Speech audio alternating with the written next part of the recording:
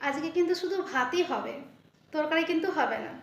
কেন তরকারি হবে না বলছি, দাঁড়াও। গুড মর্নিং বন্ধুরা, সবাই কেমন আছো? আশা করি আমার বন্ধুরা সবাই ভালো আছে। বন্ধুরা, আমরাও সবাই ভালো আছি। তো এই উঠেছি, এখনও কিন্তু কোনো কাজে হাত দেয়নি। রোজকার দিনের মতন কিন্তু তোমাদের সঙ্গে আগে কথা বলে সকালটা শুরু করলাম, বুঝেছ? আর আজকের আবহাওয়াটা দারুণ সুন্দর, একদম ঝলমলে সোনার মতন রৌদ্র বেরিয়েছে। কিন্তু হলে কি হবে, আজকে আমার কিচ্ছু কাচাকুচি নেই, বুঝেছো?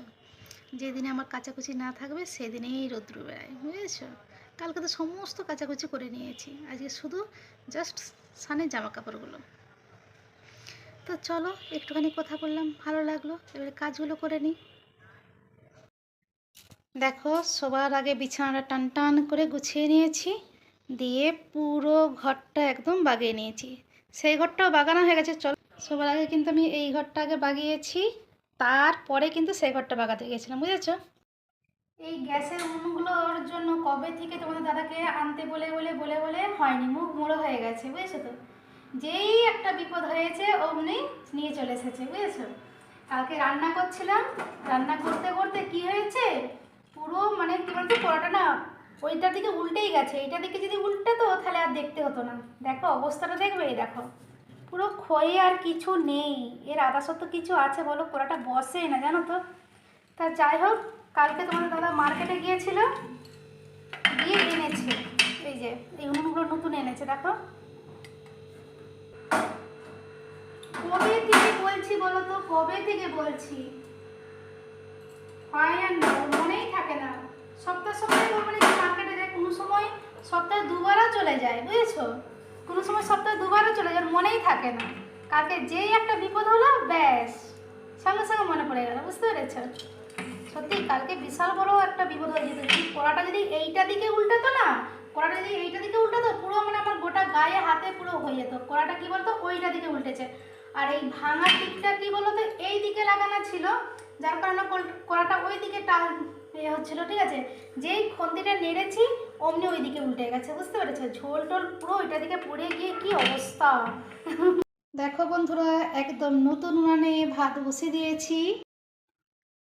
সবাই অবাক হচ্ছে তাই তো, যে বৌদি বললো শুধু ভাত রান্না করব, তরকারি করব না, তাহলে এত চাপাচাপি কিসের? তো তোমাদেরকে দেখাই এত চাপাচাপিটা কিসের। এই দেখো, দেখতে পাচ্ছ, এটা কিন্তু কালকের তরকারি। সব রকম সবজি দিয়ে যে তরকারিটা করেছিলাম সেই তরকারিটা। আর এই চাপাটা খুলি, এই দেখো, কালকে যে বিমসুটির ঝালটা করেছিলাম সেই তরকারিটা। এবারে হ্যাঁ, বলি কারণটা তরকারিটা কেন রয়েছে। আর আজকে শুধু ভাত করেছি। এই দেখো বাবা, গরম ভাত একদম। তোমাদেরকে বললাম না যে তোমাদের দাদা কালকে মার্কেটে গিয়েছিল, তো কি বলো তো, আসতে পারেনি টাইমে। ও এসেছে যখন প্রায় সন্ধ্যে 6টা, বুঝতে পেরেছো? তো ওইখানেই কি বলো তো, মার্কেটের ওইখানেই কি বলো তো, খেয়ে নিয়েছিল একটা হোটেলেতে। আর তোমাদের ভাইপো আসেনি, যেহেতু তোমাদের দাদা মার্কেট থেকে আসতে পারেনি, তোমাদের ভাইপো কিন্তু দোকান বন্ধ করে আসেনি। আমাদের দোকানের নিচে একটা হোটেল রয়েছে, সেইখানে তোমাদের ভাইপো ভাত খেয়ে নিয়েছিল। তো যার কারণে কি বলো তো, ভাত তরকারি তো সবই রয়ে গেল। তো কী হবে? আর আমাদের কি বলো তো, বেশিরভাগই না রাত্রিবেলা রুটি নাহলে মুড়ি খাওয়া হয়, মানে শুকনা শুকনিটাই খাওয়া হয়। ভাত একদম সাদে সপনে খাওয়া হয়, বুঝেছো? তো তরকারিগুলো রয়ে গেছে। আর এই তরকারিটা যে দেখছো, এই তরকারিটা কী বলো তো, যে চচ্চড়িটা রাত্রিবেলা রুটি দিয়ে খাওয়া হয়েছে। আর তো বিমসুটির তরকারিটা সব রয়ে গেছে। তো তোমাদের দাদাকে বললাম যে তাহলে রাত্রিবেলা মানে ভাতটুকুন গরম করে নিই, বলছে না ভাত খাবো না, রুটিই খাবো। আর ভাতগুলো কী বলো তো, কালকে পান্তা ভাত খেয়ে নেব, ঠিক আছে? কিছু একটা করে দেবে, পান্তা ভাত খেয়ে নেবো। আচ্ছা ঠিক আছে। আর ওই জন্য কী বলো তো, এই তরকারিপত্র রয়ে গেছে। আর আজকে শুধু গরম গরম ভাতটা ওই জন্যই করা হয়েছে। আর তোমাদের দাদা আর ভাইপো যখন দোকান থেকে আসবে, তখন কি বলো তো, গরম গরম মানে গরম গরম ডিমের অমলেট নাহলে পোচ করে দেবো, বুঝতে পারছো? এই হচ্ছে আজকে শুধু ভাত করার রিজেন্ট। আর আজকে আমি শুধু এই তরকারিটা দিয়েই ভাত খাবো, আর কিছু নেব না। বিমসুটির ঝালটা ভাল লাগছে না খেতে, শুধু এই তরকারিটা দিয়েই ভাত খাবো। আর তোমরা কম বেশি তো জানোই যে আমি একদমই ডিম দিয়ে ভাত খেতে পারি না। টিফিনে ঠিক আছে ডিম খেয়ে নেবো, কিন্তু ডিম দিয়ে আমি ভাত খেতে পারি না, কেন জানি না।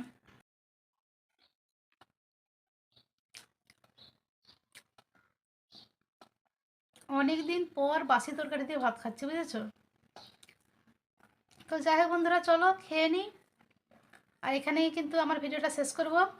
আমার ভিডিওটা যদি তোমাদের ভালো লেগে থাকে অবশ্যই লাইক কমেন্ট শেয়ার করো। আর বন্ধুরা সবাই ভালো থেকো, সুস্থ থেকো, আর এইভাবে এই বৌদির পাশে থেকো।